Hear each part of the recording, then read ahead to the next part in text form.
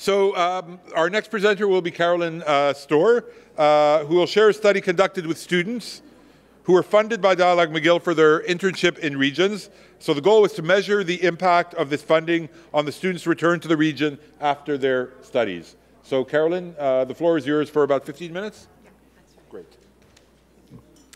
Okay, good afternoon, everyone.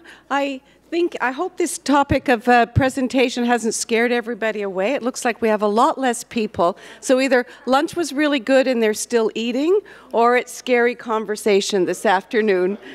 Right, excellent. I'm an associate professor in the School of Physical and Occupational Therapy, and I'm also associated with the Dialogue project, overseeing the internship component with the educational institutions. And as in Daniel's presentation earlier this morning, you heard about the large number of internships that have been funded since the beginning of Project Dialogue. And I'm going to speak a little bit about the history, a little bit about our future directions. We do not have the data that Daniel spoke about yet because we're in the early phase, but this is part of our future planning, actually. Okay, so just a little bit of background, just so that we're all on the same page. How many community network people are here? If we could have a show of hands.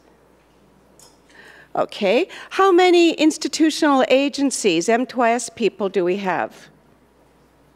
No one.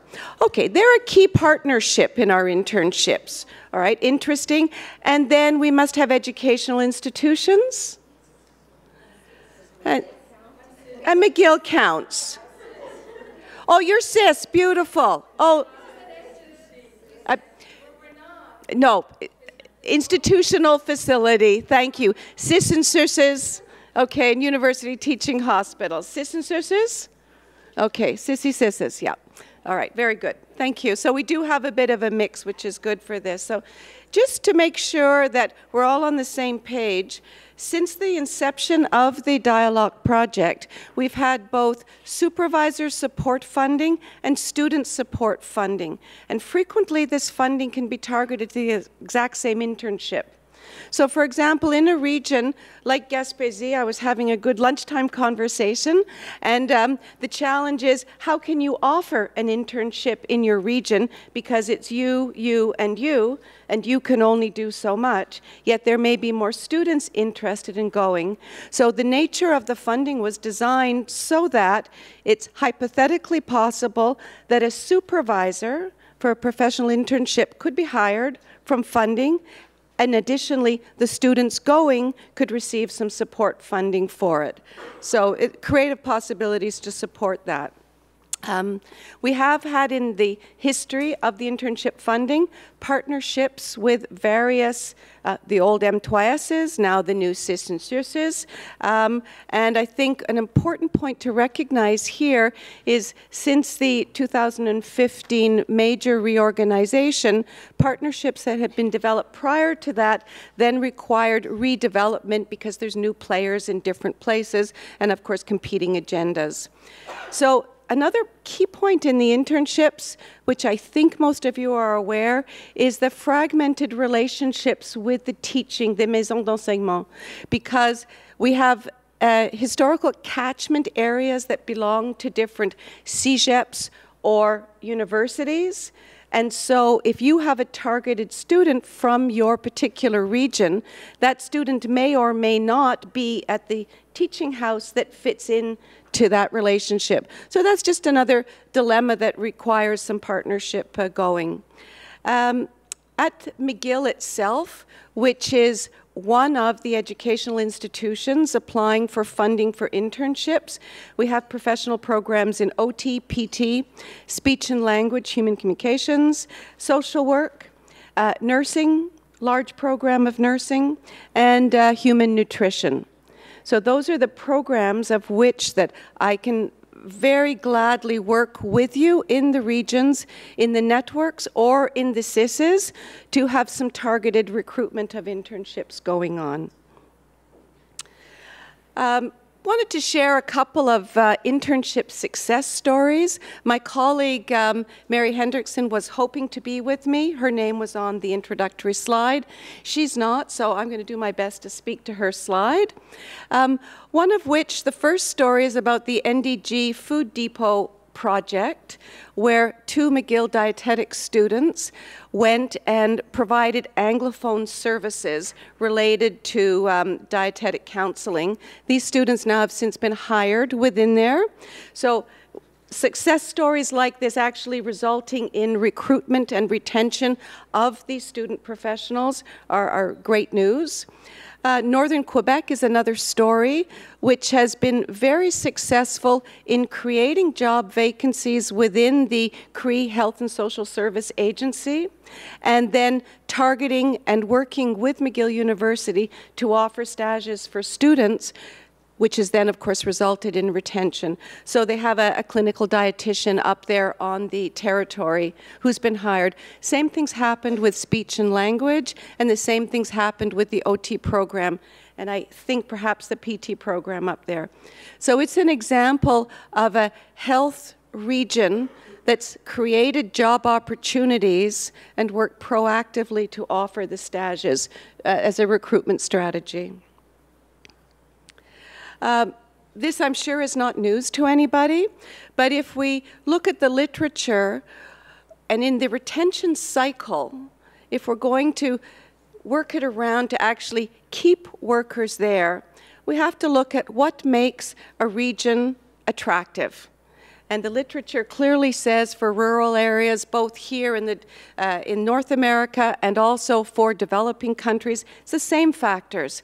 Individuals with rural backgrounds, having a rural curriculum embedded within the training program, and rural internships, and financial incentives associated with those internships produce the best outcomes.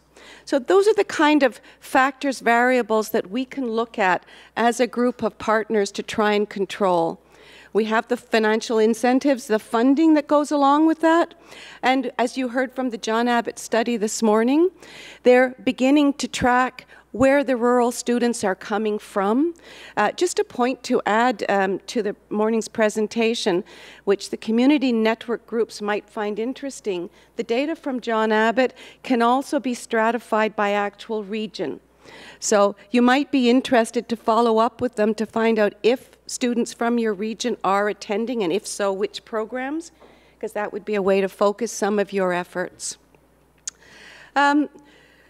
So this is sort of the variables that we're going to work forward on. So in terms of new directions where we're going, the 5 schools that I've just told you about that constitute the McGill University professional schools, I'm excluding medicine in this category because they have different criteria for internships and it works completely differently. But we've developed a tracking tool so that we'll target our students with rural backgrounds, target who's getting the funding, what region they go to, and follow them post-graduation. So we're hoping to have that kind of data to share with the community networks and, of course, obviously with the CISs and SUSs to try and attract these individuals for the recruitment process. The rest of the cycle that I showed you, of course, is dependent on other factors to get it run. So this is a work that started last November, and we're currently compiling the data on this. I can speak for my program in occupational therapy. We don't have a lot of students from rural backgrounds that are self-identifying for rural backgrounds. We also have, at McGill, many of those professional schools participate in it's a committee in the Faculty of Medicine, which is looking at widening participation. They want to attract more rural students into the professional programs, as there are other dimensions of diversity that they're looking to attract as well. From this, we have a diversity survey that's administered to our respective cohorts in the various schools. And just to highlight, thus far with the 3-year data collection, it's the nursing program that seems to have the highest number of students self-identifying with rural backgrounds. So again, this is helpful information for those of you looking to recruit nurses, which is a pretty province-wide problem. But it may be a way to target who are those rural nursing students for you. We also have, coming down the pipe, we're hoping, a very interesting initiative that's starting with the Student Widening Participation Committee. We have lots of acronyms, as you can see. And these are students in the health sciences who, as part of their formation, engage in community outreach programs, typically pipeline recruitment into careers into health and social services. So we've got a group of students who will go out into high schools, targeted high schools, and run an afternoon what it's like to be a physician, what it's like to be an occupational therapist.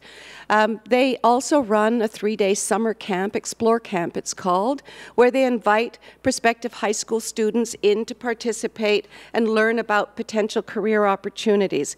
They're currently collaborating with the listed community network agencies here, principally because these are around the perimeter of the Greater Montreal area. For student access, students don't have 2 weeks, unfortunately, to come out to more remote regions. But with the technology that's available today, this might also represent other avenues of promoting careers in health. I'm about all right on time? Excellent, great. Okay, so at this point, there seemed to be some discussion this morning about internships, how do you make it work, what does it look like, and I'm hoping that we could have a little bit of a brainstorm here to help us with the new phase of the project. How can we continue to foster these partnerships for targeted internships? How can we build this capacity for retention?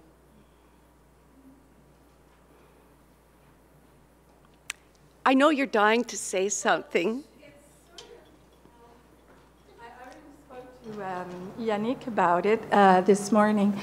In my CIS, last April, we alleviated the requirement to succeed in the French exam, so that an Anglo intern coming into our CIS will have a caseload in English. And if they wish to pursue their career with us, we will then funnel them in the McGill linguistic program in French, so that they're not isolated. That's interesting. What CIS are you? Montérégie Est. That's great, because these are some of the very real barriers that take place, is that we have students in our programs who are very interested to work closer to home or in their regions, but are terrified of being adequately fluent in French, particularly if it if they have to do French charting. So, and there is literature to support that an internship is the first step of recruitment. So I don't know how you manage to engineer that.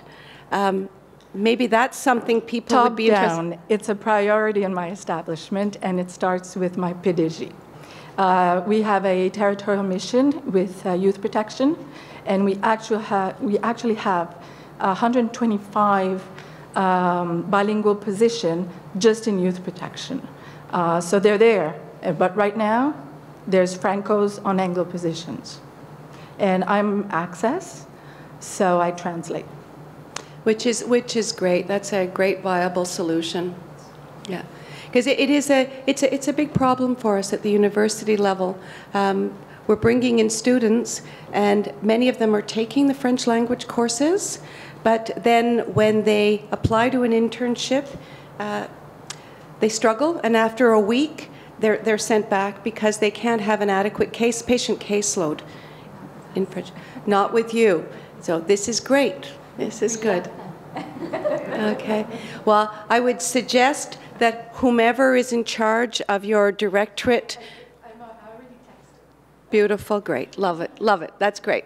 Excellent. Any other Suggestions of solutions or problem solving? Because I think you've alluded to this aspect of partnership and not just targeting the grassroots level supervisor or student, but in fact having the top-down support and encouragement for it. Yeah. Uh-huh.